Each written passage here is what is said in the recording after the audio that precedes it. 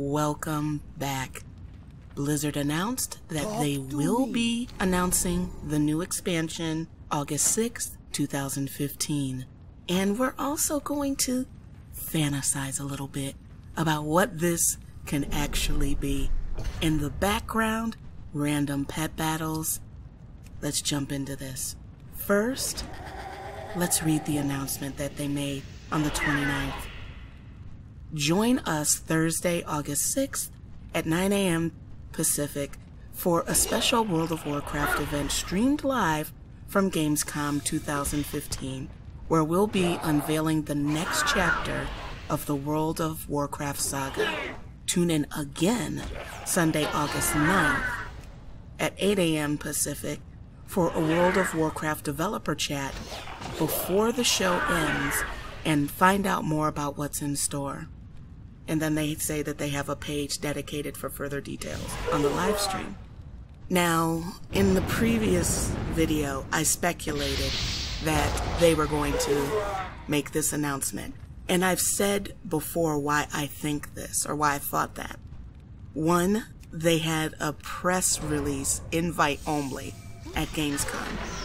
But more importantly, I mentioned that it didn't make sense from a business standpoint for them to stay on this track of announcing expansions at BlizzCon, simply because they'd have to wait for a BlizzCon, and that messes up the schedule for what they said they wanted to do as a release schedule.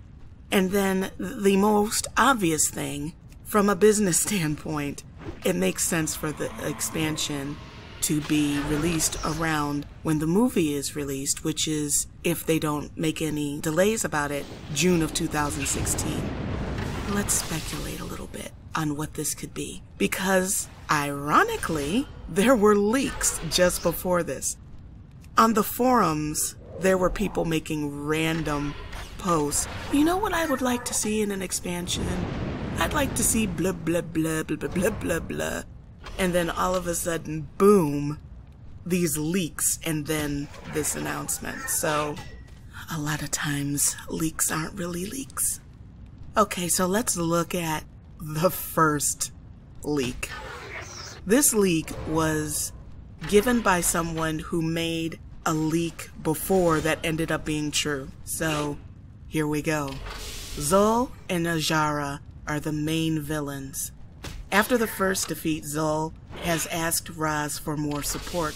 Raz Takakan, I'm going to butcher these names, so I'm going to say Raz, for more support, but Raz has lost his confidence in Zul and refuses support. In a big coup, Zul has Raz assassinated and assumes control of the Zalandri. The Zalandri trolls ally with the Naga, whose goal it is to flood the continents and raise the ocean level. The big focus of this expansion will be on night elves and trolls, with Malfurion and Zul'jin being the main heroes. This is Vol'jin's big opportunity to prove himself as a war chief of the Horde. A big emphasis will be on Zul'jin's loyalty to the Horde, despite the opportunity to be part of a newly risen troll empire. His story will be about resisting the temptation to join the Zandalari. His story will be about resisting the temptation to join the Zandalari and stay with his family.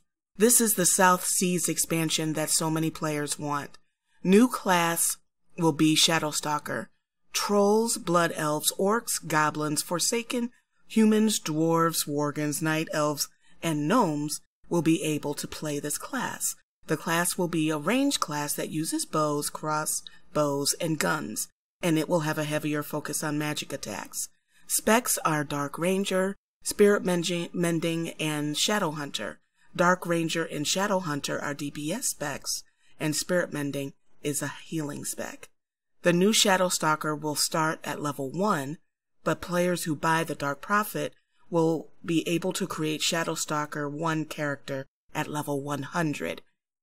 And that is why this game is going to be, if this is true, it's going to be another $60 game. For that boost.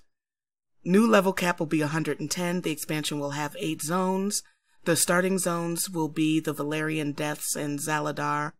The Valerian Depths are an underwater zone with Naga similar to the Vashir, but smaller. It serves as the intro to the storyline revolving around the Naga.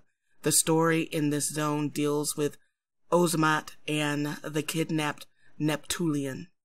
Zandalar used to be the capital of Zandalari before it was destroyed in the Cataclysm. This zone is completely ruined. The players will get here and figure out what happened to the trolls and what they are up to.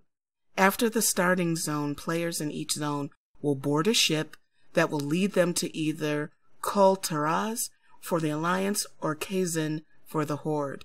These zones will serve as the capitals for the factions. Players will get their own ships here, which they will use to travel around the islands. Around the capitals, there will also be some questing. Telebim is a tropical paradise. A group of peaceful trolls, the Sunspear tribe, live here. The zone is mostly lighthearted. Players have to help the Sunspear tribe against a new pygmy-like race that is giving them trouble. Plunder Isle is a pirate island. Here people can recruit pirates for their ship. The Rift will be the first of 2 endgame zones. The Broken Isles are a group of islands, and it is the second endgame zone that is overrun by a mix of troll and Naga forces. Here, the Naga and trolls are going through the ruins of the Tomb of Sagaris in search of powerful artifacts. The Tomb of Sagaris will be a dungeon. Players will not only be able to travel with their ship from island to island, but also be able to explore the open seas and hidden islands. They will be able to recruit a crew of pirates. Depending on what pirates you pick, they will contribute to different ways to your ship. For example, you can get a cook for your ship, which will unlock exclusive cooking recipes and who will be able to cook for you. Other pirates might contribute with different abilities, like professions, or as a barber on your ship, or by offering rare quests. Blizzard returns to creating multiple dungeons per zone. Expect 2 to 3 dungeons in most zones. This is highly detailed. Highly detailed. And whether or not it's 100% accurate, we'll find out soon enough. But there's some interesting things here. And most of the leaks sort of revolve around this. Worded a little bit differently, but basically the same. Now, there was another one that said it a little bit differently and added a few things. So let's look at this one. Classes, and I will have a link to these in the description. There will be a new class. This class is already represented in Heroes of the Storm, which the Shadow Hunter is. The class has the option to use hunter weapons. There we go again. He told me nothing about the new races. Let me go back a little bit. This announcement comes from a guy who is a friend on somebody who used to work on Titan and then got moved to the World of Warcraft team. Goodbye. Okay, so this is where this leak is coming from. Okay, let's continue. Characters. Vol'jin will have his leadership tested. He will have to choose between his people or his family. Vol'jin may step down from War Chief.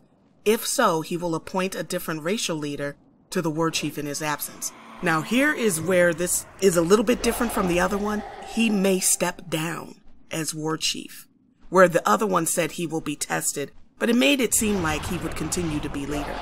So let's continue.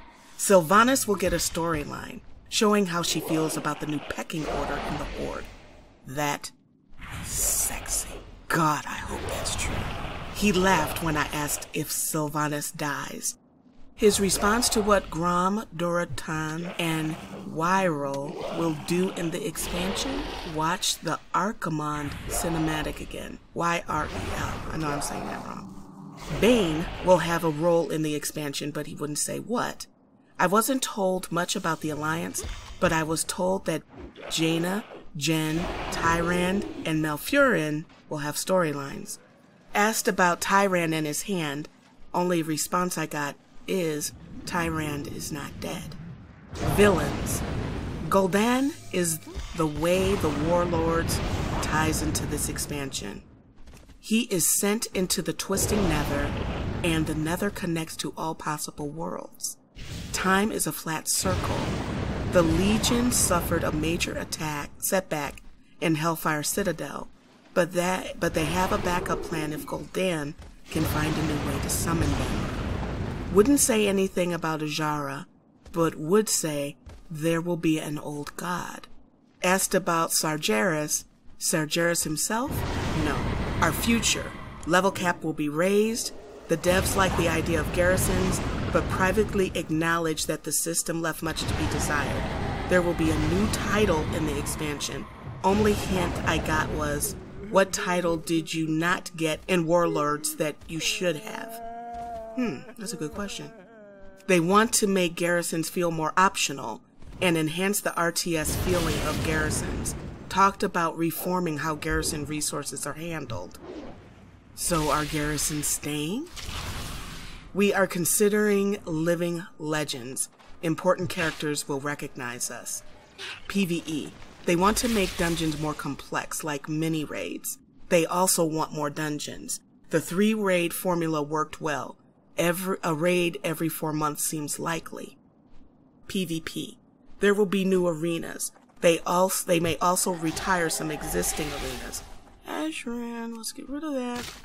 Battlegrounds are in a good place right now. Are they really? They have no plans to make new versions of spells just for PvP.